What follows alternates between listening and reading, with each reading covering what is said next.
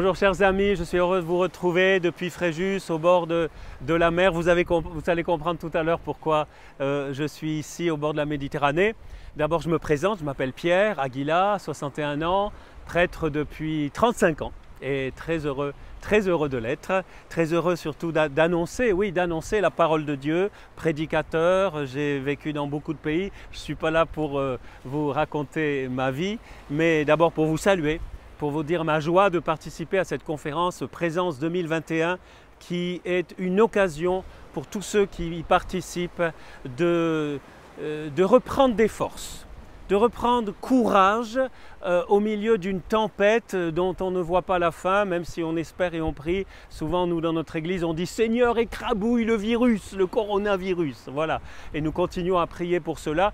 Mais en attendant, nous sommes encore éprouvés, je crois, tous, plus ou moins directement. Certains peut-être ne le sont pas directement dans leur corps, mais ont des amis qui ont souffert de la Covid ou même qui en sont morts, ou bien même si vous n'avez pas d'amis, nous sommes tous solidaires. Nous sommes tous dans la même barque, beaucoup l'ont dit, je le redis. Et vous savez, je pense aussi à ces endroits du monde, et peut-être certains qui m'écoutent là en ce moment vivent dans ces endroits où nous n'avons pas, comme ici en France par exemple, métropolitaine, où nous n'avons pas tous les moyens au niveau sanitaire, où je pense à notre petite mission en Amazonie, au milieu de la forêt au Brésil, mission de notre fraternité missionnaire Jean-Paul II, où ils n'ont carrément pas d'oxygène à l'hôpital, carrément pas une bouteille d'oxygène.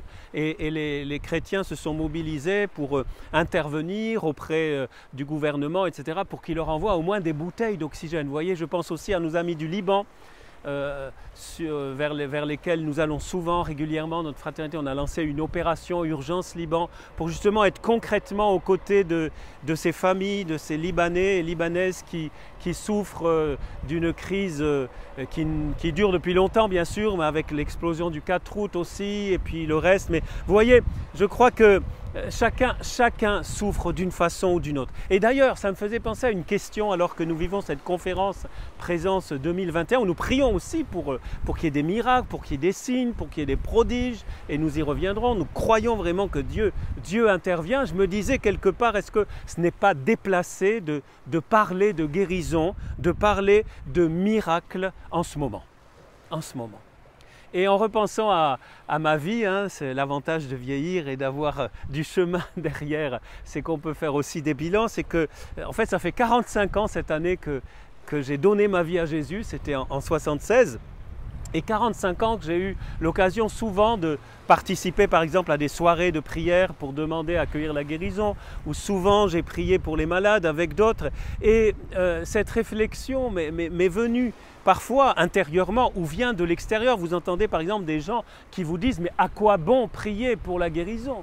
À quoi bon demander des signes alors qu'on voit la mort autour de nous, alors que cette pandémie continue, alors que j'ai demandé la guérison de telle personne et entre guillemets ça n'a pas marché, à quoi bon ?» Et je crois que les amis, c'est vraiment ça, une tentation d'écouter ces voix intérieures et extérieures qui nous poussent à baisser les bras. Je crois que vraiment la grande tentation aujourd'hui, et ce n'est pas nouveau, mais peut-être redoublé à cause de cette épreuve que nous vivons, c'est de baisser les bras, c'est de se laisser aller, c'est de dire finalement, il n'y a rien à faire. Alors peut-être que certains d'entre vous, vous êtes plutôt naturellement pessimistes, vous savez, ceux qui voient le verre plutôt à moitié vide. Bon, et dans ces cas-là, avec la pandémie, ça n'arrange pas, ça n'arrange pas du tout. Il y en a qui sont naturellement optimistes, ils voient le verre à moitié plein. Bon. Bien heureux êtes-vous, mais même là, ça ne suffit pas. Vous voyez, j'aimerais vous parler à un autre niveau aujourd'hui. Il ne s'agit pas de pessimisme ou d'optimisme. On entend toutes sortes d'analyses d'ailleurs de la crise qu'on est en train de vivre. Et d'ailleurs, au passage, nous prions pour les chercheurs, nous prions pour les médecins, nous prions pour les décideurs aussi, parce qu'ils ont besoin aussi de notre prière. Mais je vous propose aujourd'hui, les amis, d'aller plus loin. Non pas de nous évader, mais de voir ensemble une espérance absolument certaine qui nous est donnée par Dieu lui-même. Et si vous ne croyez pas en Dieu, essayez quand même d'écouter, parce que Dieu, lui, croit en vous. et peut-être que vous allez découvrir quelque chose que vous n'aviez pas vu auparavant. Il existe une ancre, c'est pour ça que j'ai choisi d'être au bord de la Méditerranée aujourd'hui. Il y a quelques bateaux là, mais vous ne les voyez pas. Une ancre à laquelle nous pouvons accrocher solidement notre vie, pour que la barque de notre vie ne tangue pas et ne coule pas au milieu de la tempête. Que ce soit cette tempête de la pandémie qu'on est en train de vivre, mais ça peut être d'autres tempêtes, parce que souvent cette pandémie nous fait oublier toutes les autres souffrances et toutes les autres tempêtes qui peuvent balloter au gré des vents et des flots la barque de notre vie. Et vous savez, l'image de l'ancre est une image très très ancienne pour les chrétiens. On trouve ce symbole de l'ancre, A-N-C-R-E, dans les catacombes de Rome, vous savez, ces cimetières chrétiens de Rome, déjà au IIe siècle et au IIIe siècle, avec un autre symbole que beaucoup d'entre vous connaissent, qui est le poisson, Ictus, Jésus-Christ, Fils de Dieu, Sauveur en grec, c'est les initiales, voilà. Et le symbole de l'ancre est un peu moins connu, et pourtant c'est un symbole directement, j'allais dire, ancré dans la parole de Dieu. Et justement, je vous propose d'aller dans cette parole de Dieu. Parce que ce n'est pas une parole des hommes, c'est une parole où Dieu s'engage et Dieu ne ment jamais, comme on va le voir. L'ancre symbolise justement cette espérance contre toute espérance. Cette fermeté dans la foi au milieu des tribulations. D'où aussi l'expression l'ancre du salut. Parce que par cette espérance, nous accueillons le salut et nous sommes sauvés. Alors, plutôt que mes paroles, je pourrais continuer, vous savez, les curés, ça parle beaucoup, hein, et plutôt que continuer à parler de la parole, je vous invite à aller dans cette parole. Et nous voyons déjà dans cette expression de l'ancre de l'espérance, nous la voyons dans la lettre aux Hébreux. Si jamais vous avez la Bible, n'hésitez pas à l'ouvrir. Vous allez dans les Hébreux, voilà, vous trouvez ça après toutes les lettres de Saint Paul, là vous allez aux Hébreux, au chapitre 6, à partir du verset 18. Je lis. Dieu s'est ainsi engagé doublement de façon irrévocable, car il est impossible que Dieu ait menti. Alors ça, c'est déjà une super nouvelle. Il est impossible que Dieu ait menti. Moi, souvent, quand il m'arrive de célébrer des obsèques à l'église, je dis aux gens, écoutez, ou Jésus nous a dit la vérité, ou c'est un sacré menteur.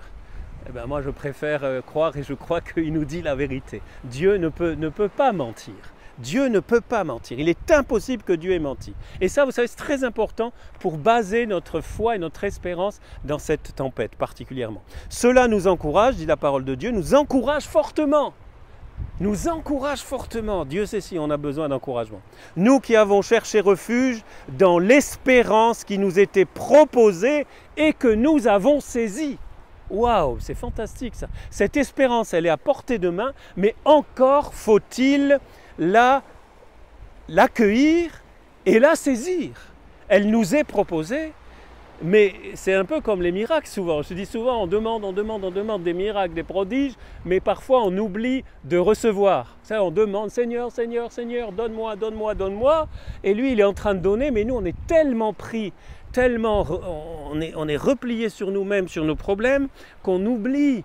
On ne prend pas le temps, on n'est pas ouvert à... Enfin, quand je dis on, c'est pas tout le temps, hein, mais je parle pour moi, mais certainement souvent.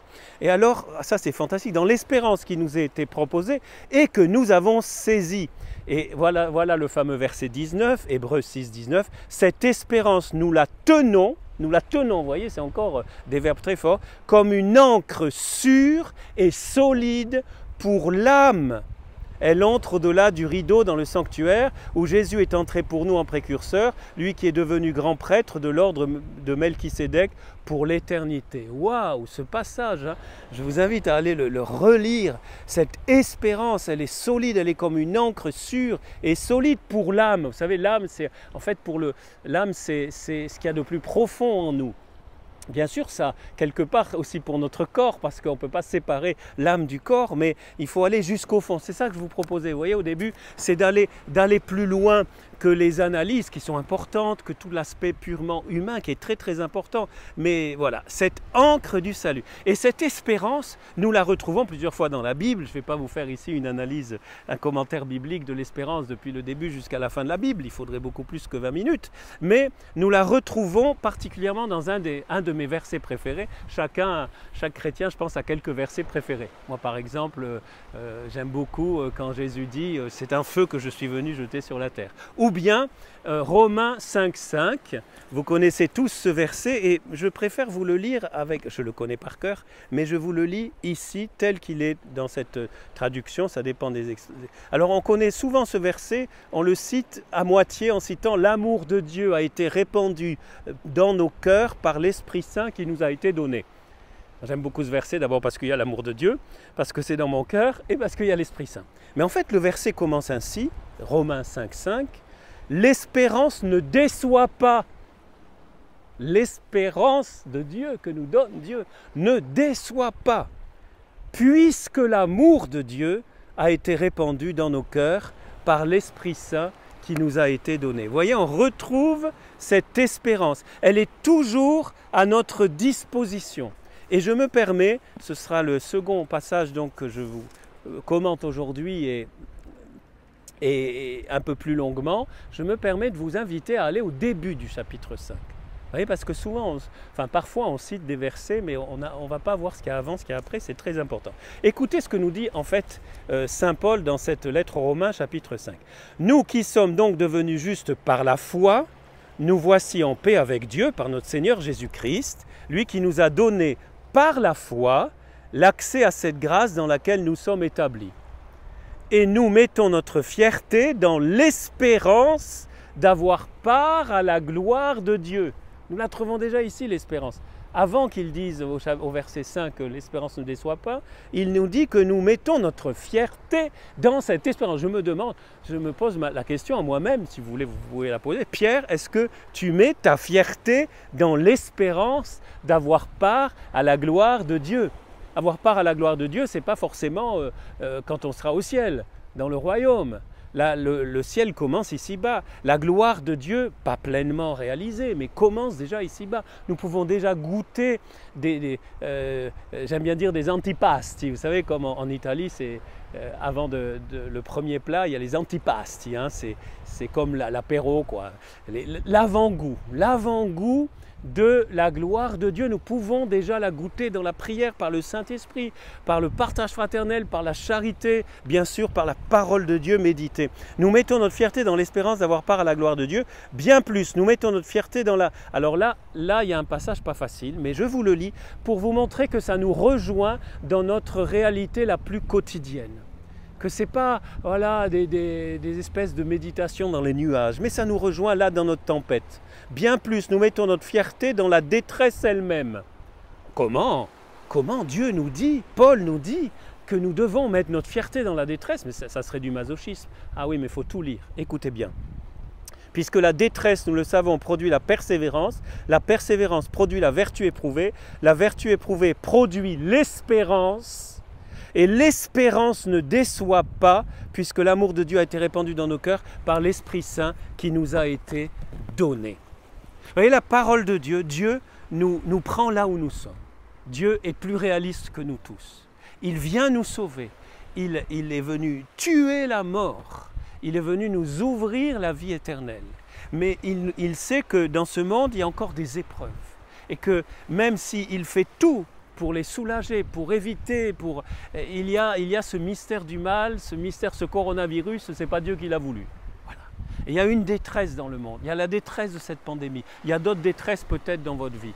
Eh bien, quand nous vivons cette détresse dans l'espérance et dans la foi, avec le Seigneur, quelqu'un va me dire, c'est facile à dire, Père, comme ça, au bord de la mer, vous êtes au bord de la Méditerranée, il fait beau, c'est magnifique, vous ne souffrez pas. D'ailleurs, vous ne connaissez pas ma vie, moi je pense qu'on a tous des souffrances. Mais vous voyez, on peut expérimenter. Je suis sûr que beaucoup d'entre vous pourriez témoigner de cette présence du Christ ressuscité, vainqueur de la mort dans nos détresses. Et que quand nous vivons nos détresses ainsi, eh bien petit à petit se fortifie notre foi, se fortifie notre courage, se fortifie notre cœur, et j'allais même dire souvent notre corps, l'espérance augmente, le niveau d'espérance augmente, et alors, par le Saint-Esprit, l'amour de Dieu est vainqueur dans nos vies et à travers nous pour beaucoup d'autres. Vous voyez, c'est extraordinaire ce passage, hein. Vous pouvez aussi y retourner, je n'ai pas le temps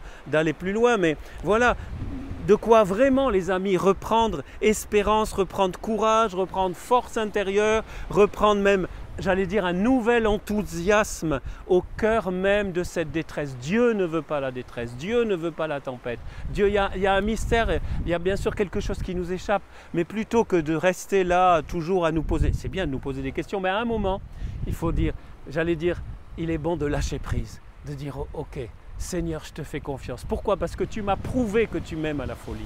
Tu m'as prouvé que tu veux mon salut. Tu me l'as prouvé sur la croix. Tu es mort, tu es ressuscité pour moi. Et ce n'est pas la pandémie qui va arrêter la résurrection. Les effets de la résurrection. Jésus ressuscité, Jésus est vivant aujourd'hui. Et donc Jésus continue à agir. Et vous voyez, quand on se situe dans cet état d'esprit, déjà, c'est un état d'esprit, c'est une mentalité. Comme dit l'apôtre, il faut changer de mentalité. Quand nous épousons la mentalité de Dieu qui nous est transmise par la parole de Dieu, alors d'abord nous ne sommes plus déprimés, la dépression s'en va, la tristesse, nous nous laissons toucher et nous permettons quelque part, j'aime bien cette expression, enfin je l'ai lu nulle part, hein, mais moi j'exprime ça ainsi, nous délions les mains du bon Dieu. Nous lui disons carte blanche, Seigneur, nous croyons en toi, nous ne doutons pas que tu nous accompagnes et nous te laissons faire et nous croyons que tu peux faire beaucoup plus encore et que tu peux accomplir des miracles directement par la prière, par la foi. Voilà, comme dans cette conférence, encore parce que nous sommes unis de plusieurs pays, des dizaines, même plus de 100 pays, je crois, de toutes les langues, eh bien nous prions pour que se manifeste la gloire de Dieu par des signes, par des prodiges, par des miracles dans les corps, dans les cœurs, des libérations, des effusions du Saint-Esprit. Tout ça, nous le croyons, et quand nous croyons vraiment, eh bien le Seigneur se sent libre, nous lui disons carte blanche, eh bien il y va, il fait le maximum de ce qu'il peut faire. Et puis par des miracles et des signes, j'allais dire, indirects, c'est-à-dire à travers nous aussi. Et je crois beaucoup à ça. Vous voyez, les signes et les prodiges accompagnent, depuis le début de l'Église, accompagnent la prédication du royaume. Les signes et les prodiges ne sont pas une fin en soi, mais ce sont comme des signes de l'amour de Dieu pour montrer que Dieu existe vraiment, qu'il est là avec nous. Mais il y a aussi des signes et des prodiges qui passent par nous quand nous partageons, quand nous visitons, quand nous voyons tous ces actes de charité, tous ces actes de compassion qui ont eu lieu depuis un an, mais bien avant, mais à l'occasion aussi de cette pandémie. Et bien plus nous nous serrons les coudes, mais plus que ça, nous vivons cette fraternité, en plus dans l'unité, c'est super, et plus le Seigneur va pouvoir manifester sa victoire au milieu de nous, et surtout, j'allais dire, et aussi pour tous ceux qui désespèrent et qui n'ont pas d'espérance, qui ne croient pas que Jésus est ressuscité. Et le taux de suicide, vous le savez, a énormément augmenté au cours de cette pandémie, car quand tout s'écroule, s'il n'y a pas ce rocher de la parole de Dieu, du Christ ressuscité, bien pour beaucoup, malheureusement, beaucoup trouvent d'autres façons de se raccrocher, hein, mais beaucoup aussi perdent espérance. Alors nous avons vraiment une responsabilité, j'allais dire. Là, je m'adresse à ceux parmi vous qui croient en Jésus, qui sont vraiment, nous avons la responsabilité de témoigner de cette espérance, de ne pas la garder pour nous. Attention à l'esprit un peu à l'individualisme ambiant. Hein, voilà, ok, super, cette conférence m'a fortifié dans l'espérance, maintenant je sors plus fort. Ça ne suffit pas. Il nous faut partager cette espérance avec tous ceux qui marchent dans la vie sans espérance. Et tout cela, et je finis, les amis, c'est grâce au Saint-Esprit. Vous avez vu Romains 5,5 ? L'amour de Dieu est répandu dans nos cœurs par l'Esprit Saint qui nous a été donné. C'est ce Saint-Esprit, ce merveilleux Saint-Esprit, cette personne divine qui est un seul Dieu avec le Père et le Fils, qui est si peu connu.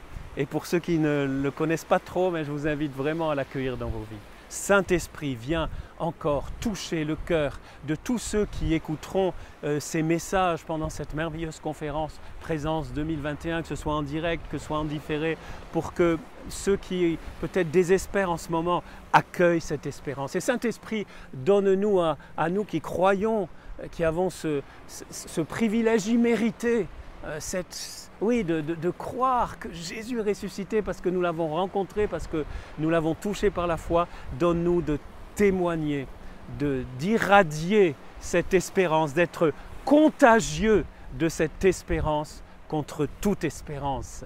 Amen. Les amis, à bientôt. Soyez bénis.